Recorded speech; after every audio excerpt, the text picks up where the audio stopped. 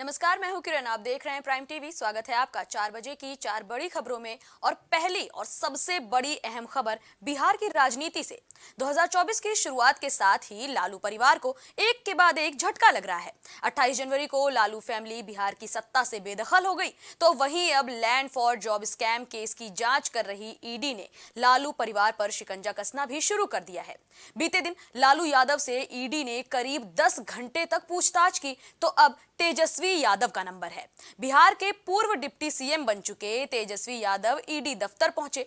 ED दफ्तर के बाहर आरजेडी समर्थकों का जमावड़ा देखने को मिला। समर्थक यहां जमकर नारेबाजी करते भी नजर आए। वहीं आपको बता दें कि कल ईडी के पटना दफ्तर में आरजेडी चीफ लालू यादव से 10 घंटे तक पूछताछ हुई थी। लालू से पूछताछ के दौरान बड़ी संख्या में आरजेडी कार्यकर्ता ईडी दफ्तर के बाहर जमा रहे। लैंड फॉर जॉब मामले में घिरे हुए लालू परिवार की मुश्किलें अब लगातार बढ़ती ही जा रही हैं। लालू परिवार के 5 लोग इस मामले में आरोपी हैं। घोटाले में लालू यादव, उनकी पत्नी राबड़ी देवी, बेटा तेजस्वी यादव, बेटी मीसा भारती और हेमा यादव सभी आरोपी हैं। इस मामले में कल लालू यादव से पूछताछ हुई, तो परिवार के दूसरे सदस्यों पर भी अब ईडी एक्शन लेने की तैयारी में है। आज तेजस्वी यादव को पूछताछ के लिए बुलाया गया, तो परिवार के बाकी सदस्यों का भी जल्द ही नंबर आ सकता है। खबर से जुड़ी ज्यादा जानकारी लेकर हमारे सहयोगी दिवाकर हमारे साथ जुड़ रहे हैं। दिवाकर, देखिए, लोकसभा चुनाव से ऐन पहले बिहार की सत्ता में जो फेरबदल देखने को मिला, जो उठापटक बिहार में मची हुई है, अब क्या लग रहा है कि क्या जल्द ही लालू यादव एक बार फिर से राजनीति से पूरी तरह बाहर हो जाएंगे? बिल्कुल, देखिए, ये तो नहीं कहा जा सकता है कि राजनीति से बाहर हो जाएंगे, क्योंकि लालू प्रसाद कोई छोटा नाम नहीं है। लालू प्रसाद यादव जो है काफ़ी बड़ा नाम है। कहीं के सियासत में एक वक्त ऐसा था कि लालू यादव की धमक जो है वो थी, लालू यादव का वर्चस्व जो है वो देश की सियासत में था। तो जाहिर बात है कि सियासत से तो बाहर नहीं होंगे। हाँ, इतना जरूर है कि कहीं कहीं लालू यादव जिस तरीके से पहले चारा घोटाले में फंसे, जेल की सलाखों के पीछे गए, अब लैंड फॉर जॉब जो है वो मामला उठा हुआ है, तो जाहिर बात है कहीं कहीं लालू यादव की मुश्किलें बढ़ी। लेकिन लालू यादव के साथ साथ उनके परिवार की भी मुश्किलें बढ़ी हैं। देखिए, कल लालू यादव से ईडी ने पूछताछ की, तकरीबन 10 घंटे की पूछताछ में 50 सवाल जो है वो किए गए। अब आज तेजस्वी यादव, जो कि उनके पुत्र भी हैं और पूर्व डिप्टी सीएम हैं बिहार के, उनको बुलाया गया, उनसे पूछताछ हो रही है। लेकिन इसके साथ साथ सिर्फ यही दोनों नहीं, बल्कि परिवार के और भी सदस्य, चाहे लालू यादव की पत्नी राबड़ी देवी हो, चाहे उनकी बेटी मीसा हो, चाहे हेमा यादव हो, सभी ईडी शिकंजे में हैं। हालांकि राजनीति में इसको इस तरीके से देखा जा रहा है कि पहले बीजेपी ने लालू यादव के जो समर्थन से जो सरकार थी उसको गिराया, अब लालू यादव को और उसके परिवार को परेशान कर रहे हैं ईडी के जरिए। तो ये आरोप लगेंगे, क्योंकि ये सियासत और सियासत में ऐसे आरोप लगते हैं। लेकिन इतना जरूर है कि लालू यादव की मुश्किलें जरूर बढ़ी हैं, क्योंकि जो जमीन की मामला है कि नौकरी देने के बहाने जमीन जो है वो ली गई है, नौकरी दी गई तो उनसे जमीन ली गई है, तो उसके पुख्ता सबूत भी सीबीआई को मिले थे और उसके बाद ईडी को मिले हैं। तो जाहिर सी बात है कि कहीं न कहीं मुश्किलें जरूर बढ़ेंगी, लेकिन ये कहना कहीं कि अभी मुनासिब नहीं होगा कि लालू यादव राजनीति से बाहर होंगे। जी, तो क्या इस पूरी जांच के बाद ये तय माना जाए कि जिस तरह से अभी तक तेजस्वी यादव दावा कर रहे थे, लालू यादव दावा कर रहे थे कि बिहार की राजनीति में चाहे जो हो जाए, उनकी जो पकड़ बनी हुई है उस पर कोई असर नहीं पड़ेगा, ये मानकर चला जाए कि 2024 के लोकसभा चुनाव में इस पूरी जांच का असर देखने को मिलने वाला है? बिल्कुल, देखिए, असर देखने को मिलेगा। जिस तरीके से लालू यादव को कल ईडी ने बुलाया था दफ्तर पूछताछ के लिए, तो काफ़ी ज़्यादा जो उनके पार्टी के कार्यकर्ता थे वो जमा थे। आज जब तेजस्वी यादव को बुलाया तो पार्टी कार्यकर्ता जमा है। और जिस तरीके से सरकार जो है वो गिराई गई है, लालू यादव और जो नीतीश कुमार की गठबंधन की सरकार, उसको गिराया गया, तो जाहिर बात सिंपैथी जो है वो कहीं की लालू यादव को मिलेगी। बिहार की जनता जो है वो सिंपैथी देखेगी, लेकिन वो सिंपैथी लालू यादव वोट में कितना तब्दील कर पाएंगे, उनके बेटे तेजस्वी जो है या तेज प्रताप जो है वो कितना कर पाएंगे वोट में कन्वर्ट, ये सबसे बड़ी बात है। और जाहिर सी बात है कि अगर सिंपैथी को वोट में कन्वर्ट करना लालू प्रसाद यादव के लिए खेल नहीं होता, तो लालू प्रसाद यादव इतनी बार मुख्यमंत्री नहीं बनते और ना ही केंद्र सरकार में इतना बड़ा विभाग, रेल विभाग जो उनको मिलता। तो हो सकता है कि कहीं कहीं सिंपैथी गेन करें, लेकिन जो माहौल इस वक्त बना हुआ है वो कहीं न कहीं लालू प्रसाद यादव के विपरीत होता हुआ दिखाई दे रहा है। जी, अब एक सवाल इस गठबंधन से जुड़ा भी बनने लगता है, क्योंकि देखिए, कुछ दिन पहले ही बिहार में जिस तरह से मुख्यमंत्री के पद पर तेजस्वी यादव के साथ मिल करके नीतीश कुमार बैठे हुए थे, फिर उनका तुरंत जो है चुनाव से पहले इस तरह एनडीए में वापस चले जाना, दोबारा 9वीं बार मुख्यमंत्री पद की शपथ लेना, क्या इंडिया गठबंधन जिस तरह से बिहार में काम करना चाह रहा था उस पर भी अब हम साफ मानकर चलें कि बहुत बुरा असर पड़ने वाला है? क्योंकि देखिए, जैसे जैसे राहुल गांधी की ये न्याय जोड़ो यात्रा जिस जिस प्रदेश में पहुंच रही है, वहां पर कुछ न कुछ ऐसे उल्टे आसार देखने को मिल रहे हैं, जहां पर कांग्रेस के ऊपर बुरा असर देखने को मिल रहा है। और ऐसे में अब एक बार फिर से झटका लगा है लालू यादव और तेजस्वी यादव को। तो क्या इंडिया गठबंधन पर भी अब कुछ असर पड़ने वाला है? बिल्कुल, देखिए इंडिया गठबंधन पे काफ़ी ज़्यादा असर पड़ा है, क्योंकि ममता बनर्जी अलग हो गई हैं, केजरीवाल अलग हो गए हैं, नीतीश कुमार ने तो इंडिया गठबंधन को धता बताते हुए एनडीए के गठबंधन में चले गए हैं। तो जाहिर सी बात है कि कहीं न कहीं असर तो इंडिया गठबंधन को पड़ेगा ही। लेकिन देखिए, इसको दूसरी तरीके से भी देखा जाएगा। अगर इस तरीके से इंडिया गठबंधन के लोग इंडिया गठबंधन के साथ छोड़ रहे हैं, तो कहीं न कहीं कांग्रेस को सिंपैथी भी मिल रही है, और सिंपैथी मिल रही तो हो सकता है कि उसका फायदा जो है वो कांग्रेस को लोकसभा चुनाव मिले। लेकिन इतना जरूर है कि जो घटनाक्रम हुए हैं पिछले कुछ दिनों में, सियासी हलचलें हुई हैं, सियासी घटनाक्रम हुए, सियासी उठापटक हुई है, उसने इंडिया गठबंधन को क्षति जरूर पहुंचाई है। ये जानकारी हमारे दर्शकों तक पहुंचाने के लिए आपका धन्यवाद दिवाकर।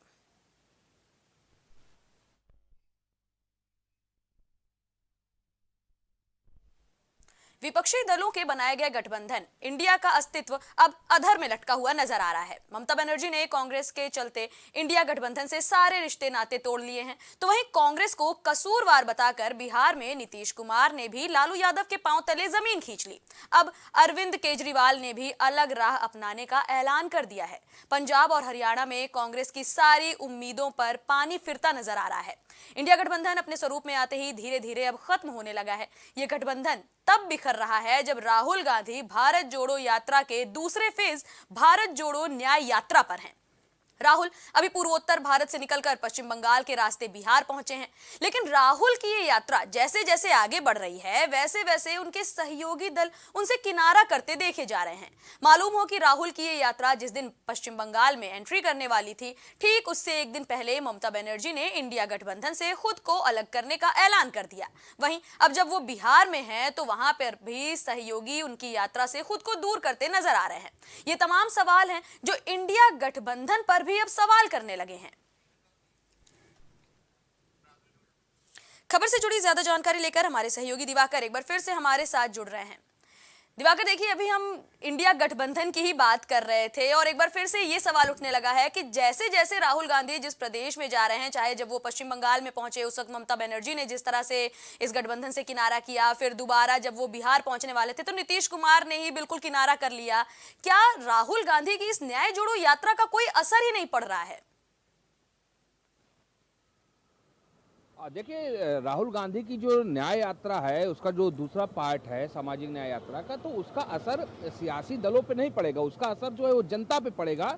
और जिस तरीके से हुजूम जो है वो दिखाई दे रहा है, तो उससे साफ तौर पे कहा जा सकता है कि कहीं न कहीं राहुल गांधी की यात्रा जो है, जो पहली जिस तरीके से सक्सेस, उससे दूसरी यात्रा भी लोगों के दिलों में घर बनाती हुई नजर आई, यानी कि लोगों पे उसका प्रभाव पड़ता हुआ नजर आ रहा। लेकिन बात अगर हम सियासत की करें, तो जाहिर बात है कि वो कांग्रेस की यात्रा है, उससे दूसरे सियासी दलों को कोई ना फायदा होने वाला है, ना बहुत ज़्यादा नुकसान होने वाला है। हाँ, ये जरूर है कि ये जो सवाल खड़े हो रहे हैं, जैसा कि आपने कहा कि राहुल गांधी जिस जिस प्रदेश में जा रहे हैं यात्रा लेके, उस प्रदेश के लोग जो इंडिया गठबंधन, वो एक दिन पहले ही कहीं कहीं उससे किनारा कर ले रहे हैं, तो उसको दूसरे तरीके लेके समझा जाना चाहिए। देखिए, ममता बनर्जी ने एक दिन पहले जब यात्रा शुरू होने वाली थी, उसके एक दिन पहले ही किनारा कर लिया, कहा कि हम अकेले लड़ेंगे, यानी एकला चलो की राह पकड़ ली उन्होंने।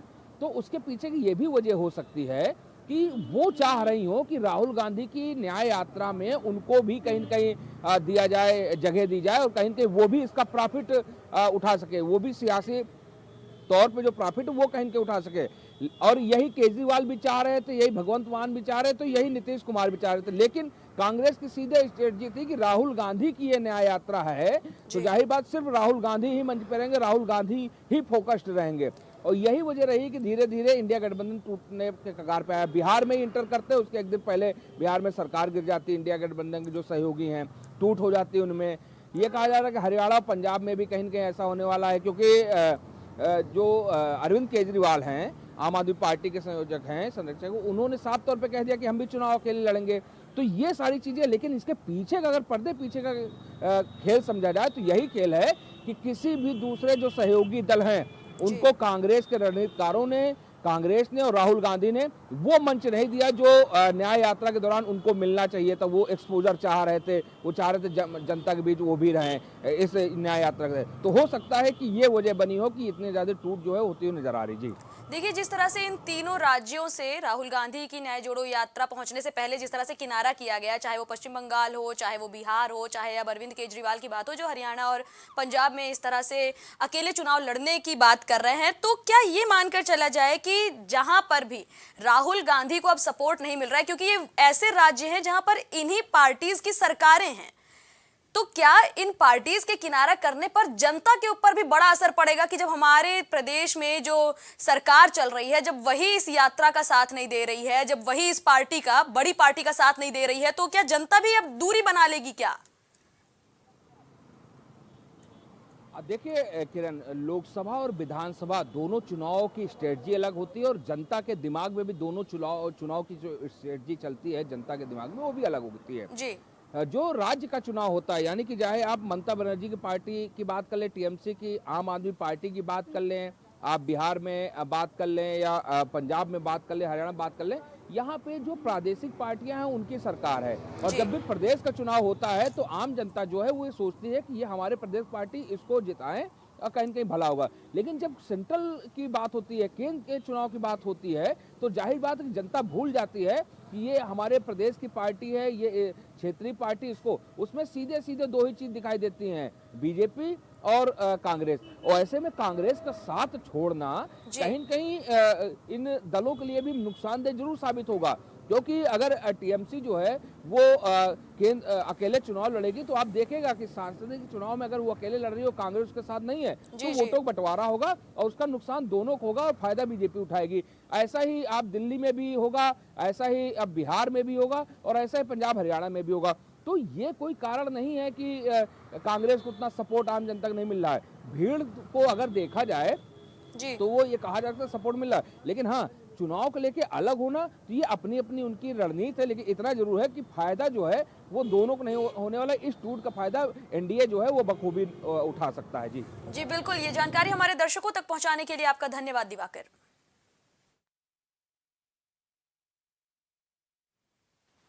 22 जनवरी को अयोध्या में रामलला की मूर्ति की प्राण प्रतिष्ठा में ऑल इंडिया इमाम ऑर्गेनाइजेशन के चीफ इमाम डॉक्टर इमाम उमेर अहमद इलियासी ने भी शिरकत की।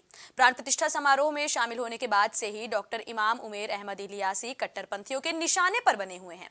प्राण प्रतिष्ठा में शामिल होने की वजह से उनके खिलाफ अब फतवा भी जारी कर दिया गया है। इसके साथ ही उनका कहना है कि लगातार उन्हें फोन पर जान से मारने की धमकियां मिल रही हैं। हालांकि उनका कहना है कि वो फतवे को नहीं मानते, चाहे जो हो जाए वो ऐसे लोगों से माफी नहीं मांगेंगे जिन्हें उनसे दिक्कत है वो भारत छोड़कर पाकिस्तान चले जाएं। इमाम के खिलाफ जब से ये फतवा जारी हुआ है, ये खबर चर्चा में बनी हुई है कि आखिर उन्हें इस तरह से जान से मारने की धमकियां कौन दे रहा है। और एक तरफ इमाम का साफ कहना है कि उन्हें कोई डर नहीं है, उन्हें नहीं लगता कि उन्होंने कुछ भी गलत किया है। डॉक्टर इमाम उमेर अहमद इलियासी साफ साफ कह रहे हैं कि भले वो कट्टरपंथियों के निशाने पर हैं, भले ही उन्हें जान से मारने की धमकी दी जा रही है, लेकिन उन्हें नहीं लगता कि उन्होंने कुछ गलत किया है और वो इस बात की माफी नहीं मांगेंगे। इस खबर से जुड़ी ज्यादा जानकारी लेकर हमारे सहयोगी शक्ति हमारे साथ जुड़ रहे हैं। शक्ति, जिस तरह से ये खबर सामने आ रही है, जिस तरह से इमाम की फोटोज और वीडियोज सोशल मीडिया पर वायरल हो रही हैं, अब तक इसे लेकर क्या रिएक्शन देखने को मिल रहा है? अगर हम कट्टरपंथियों की बात करें, जिस तरीके से 22 जनवरी को भव्य प्रोग्राम हुआ, भव्य प्रभु श्री राम का इंतजार 500 वर्षों से लोग कर रहे थे। प्रभु श्री राम जी भव्य मंदिर में विराजमान हुए, पूरा इतिहास जो है वो पूरा विश्व देखा इतिहास को। और अगर हम बात करें तो इलियास जी को जिस तरीके से धमकियां मिल रही हैं, वो कट्टरपंथियों की कहीं ना कहीं वो जो सोच है कि भव्य राम मंदिर का निर्माण जिस तरीके से उन लोगों को देखना है, वो जो गुस्सा है वो निकल रहा है लोगों का उनके प्रति। अगर हम यहाँ पे जो बाबरी मस्जिद के पक्षकार थे अंसारी जी, उनसे अगर हम बात करें तो जी अंसारी जी अगर हम बात करें तो अंसारी जी जो थे वो यहाँ पे रह रहे हैं और उनके पास में हमने जाके उनसे भी बात किया है। तो अंसारी जी का कहना है कि हम यहाँ पे बहुत आराम से रह रहे हैं, कोई दिक्कत नहीं है हमें। और वो प्रभु श्री राम के प्राण प्रतिष्ठा में आमंत्रित भी थे, वो उस टाइम पे मौजूद थे जिस टाइम प्रभु श्री राम की प्राण प्रतिष्ठा होने वाली थी। लेकिन जिस तरीके से अभी खबरें आ रही हैं कि इलियाकत जी को जान से मारने की धमकी दे दी जा रही है और उनके खिलाफ फतवा जारी किया जा रहा है, उसको जी लेकर के अगर चर्चाएं जो हो रही हैं वो कट्टरपंथियों की कहीं ना कहीं एक जो बुरी सोच है वो दर्शा रही है। उनको लेकर के जो उनकी सोच है हिंदुस्तान को खराब करने की और माहौल को खराब करने की, वो दर्शाती है। जी, तो कुल मिलाकर ये माना जाए कि ये सिर्फ माहौल खराब करने की एक कोशिश है, ऐसा कुछ है नहीं। लेकिन हम आपसे ये भी जानना चाहेंगे कि अयोध्या में जब से राम मंदिर का उद्घाटन हुआ है, जब से प्राण प्रतिष्ठा कार्यक्रम पूरा हुआ है, क्या वहां पर कुछ भी ऐसा देखने को मिल रहा है कि विशेष समुदाय की ओर से किसी तरह की दिक्कत बताई गई हो या कुछ भी ऐसा हुआ हो शहर में? नहीं, ऐसा 22 जनवरी से लेकर के अभी तक जी का हम रिपोर्टिंग कर रहे हैं पूरे अयोध्या में। चप्पे चप्पे पर जो सुरक्षा कर्मी है, जी सुरक्षा बल है, जो वरिष्ठ अधिकारी हैं यहाँ के, वो सब लगातार क्या नाम है, दिनों रात काम कर रहे हैं। और ऐसा कोई चीज अयोध्या में देखने को नहीं मिला जहाँ पर कि माहौल खराब करने का कोई भी आपत्तिजनक चीजें जो है वह दिखने को मिली है। जी, ये अगर हम जानकारी बात करें तो 22 जनवरी से लेकर के अभी तक का यहाँ पे कोई दंगा या कोई हादसा ऐसा कुछ भी नहीं हुआ है। जिस तरीके से धमकियां मिल रही थी कि राम मंदिर के प्राण प्रतिष्ठा के दिन चीजों को यहाँ पे माहौल खराब करने का काम किया जाएगा और लोगों की जो धमकियां मिल रही थी उसके हिसाब से जो यहाँ पे सुरक्षा व्यवस्था थी उसको बढ़ा दी गई थी। जी, और ये दिनों जानकारी रात इस हमारे पे काम हो दर्शकों रहा तक है। पहुंचाने के लिए आपका धन्यवाद शक्ति।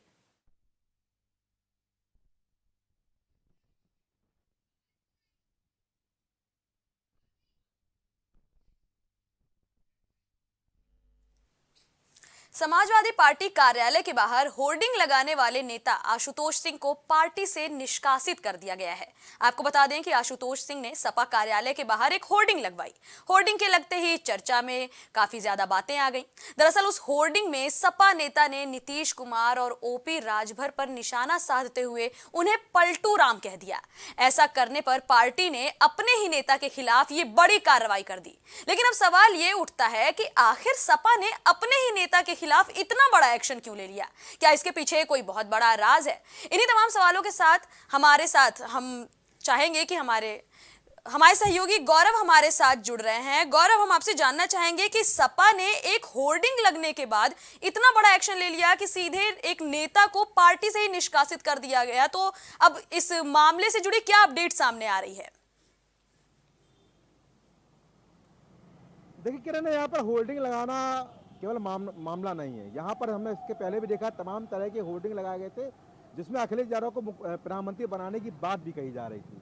तमाम तरह के होर्डिंग समय समय पर लगते रहते हैं और लोग होर्डिंग के माध्यम से अपनी प्रतिक्रिया, अपनी राय देते रहते हैं। पर यहाँ पर जिस तरह से आशुतोष सिंह जो युवजन सभा के पूर्व प्रदेश सचिव रहे हैं, उन्होंने होर्डिंग लगवाई थी। यहाँ पर नीतीश कुमार और ओम प्रकाश राजभर को यहाँ पर पलटू राम बताया था। तो कहीं ना कहीं यहाँ पर कार्रवाई हुई। उस कार्रवाई के तमाम कारण है किरण, मैं आपको बता दूं, क्योंकि अगर राजनीति की बात करें, अनिश्चितता का यहाँ पर खेल होता है। यहाँ पर कौन व्यक्ति, कौन पार्टी यहाँ पर किसके साथ शामिल हो जाए। इससे पहले भी हमने देखा है कि नीतीश कुमार यहाँ पर बीजेपी के साथ, तो उसको आरजेडी चलेगा, अब आरजेडी छोड़कर यहाँ पर सामने आएगा। अगर हम ओम प्रकाश राजभर की बात करें तो बीजेपी सरकार में 18 महीने यहाँ पर मंत्री रहे, उसके बाद यहाँ पर समाजवादी पार्टी में चले गए थे। 22 चुनाव समाजवादी पार्टी के साथ लड़ा था, उसके बाद फिर यहाँ पर चुनाव के परिणाम के बाद यहाँ दोबारा बीजेपी में आ गए थे।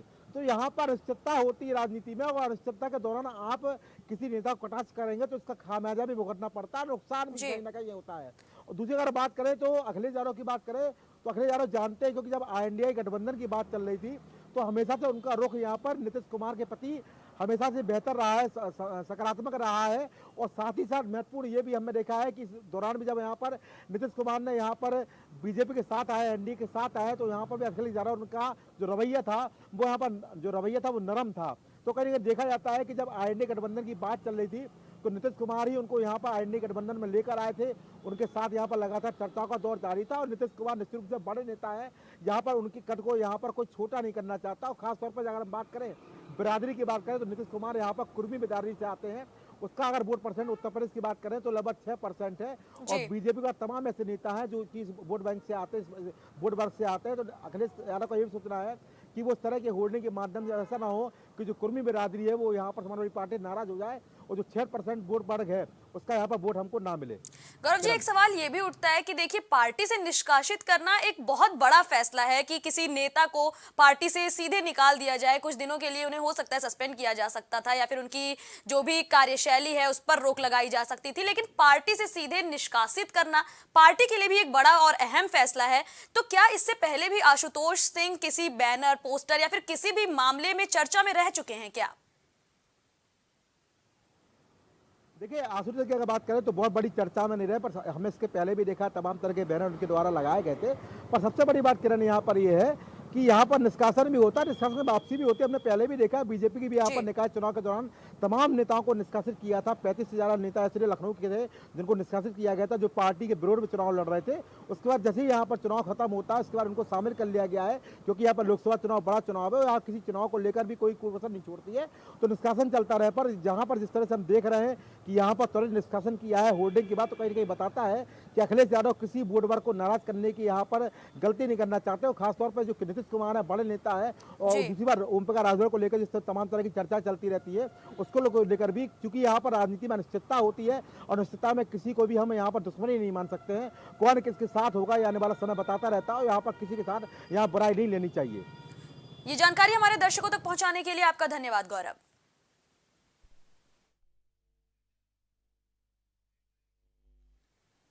अभी आपने सुना कि क्या है राजनीति का हाल, किस तरह से लोकसभा चुनाव से पहले तमाम उठापटक का दौर देखने को मिल रहा है। राजनीति से जुड़ी और साथ ही देश दुनिया से जुड़ी तमाम खबरों से सबसे पहले अपडेटेड होने के लिए बने रहिए प्राइम टीवी के साथ।